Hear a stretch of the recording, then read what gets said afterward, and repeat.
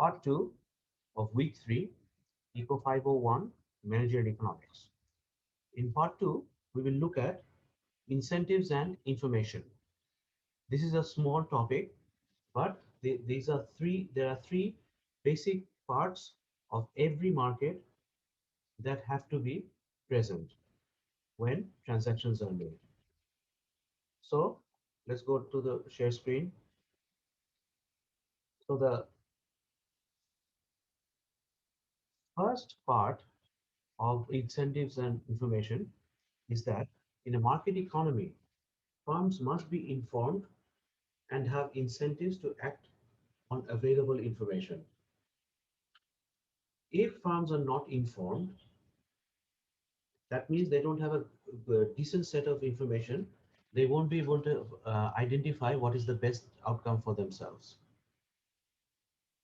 Okay, then based on these set of information, firms will find themselves in an environment under which they will uh, they will operate. Okay, so what are the three signals that markets give? Number one is the prices. At what price is a particular unit of a commodity being sold? The higher the price, good news for one side of the market, for example, the sellers, bad news for another side of the market, say the buyers. Based on that, the sellers and the buyers make decisions. Profits. If a firm or a group of firms knows that this particular sector is generating profits, then what happens? Capital moves from other sectors into that sector. Why? Because the firms have an incentive to move capital from one sector to a sector where profits are high. Why? Because that's the environment under which the firms find themselves in, under which they operate. Property rights. This is who owns the property, what are the conditions under which this property can be exchanged. So let's sum up again.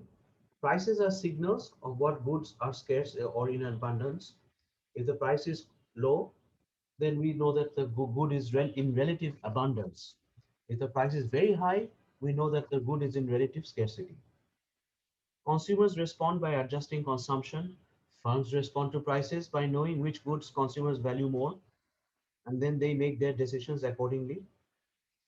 Profits, just like I said, are signals to firms to determine how and where to allocate their resources and technology, i.e., where will the capital flow? Now, property rights, let's get back to it again. Property rights is the right to own, buy, and sell property by consumers and firms. So, if I own something, for example, I own a mobile phone right now, I'm a seller. I I know how I can sell it off if I want. The buyer also is aware of the transactions, and then the transactions are made. Now, why do we need property rights? Because we need property rights because if property rights did not exist, then I would have no incentive to create wealth as a consumer or as a seller to sell, as a consumer to consume. So we need property rights. Now, this is something that we're not going to look at that much in the course, but since it's in the text, it's good to know a little bit about it. What is incentives and inequality? For example, in your class, some people are going to get 3.8 or above out of 4. Some people will get 3 out of 4 or less. Is that fair? That definitely is fair. Because if there is no incentive for you to work hard and get a good grade, nobody will work hard. So in a way, that's good. So this is what we look at. But let's assume that a very high grade gives you access to a lot of wealth, a lot of opportunities. A very low grade does just the opposite. So in reality, what happens? In reality, What happens is over time, those who get a lot of opportunities, their children also end up getting a lot of opportunities than those who get less opportunities. So a fair society over time can end up becoming an unequal society, an unfair, unjust society. So if we get too much obsessed about efficiency, we'll have to make a trade-off with inequality and unjustness and unfairness. This we are not going to look at, but it's good to know. So let us wrap up topic 2, learning outcomes. Question number 3. In market economies, individuals and firms receive incentives through prices, profits, and property rights. When you want to explain this with a case study, you try to think what happens if these three did not exist. Number 4. Why is there a trade-off between incentive and inequality over time?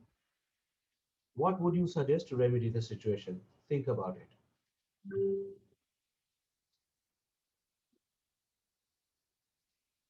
When can property rights fail? Think about it. What will happen if they do?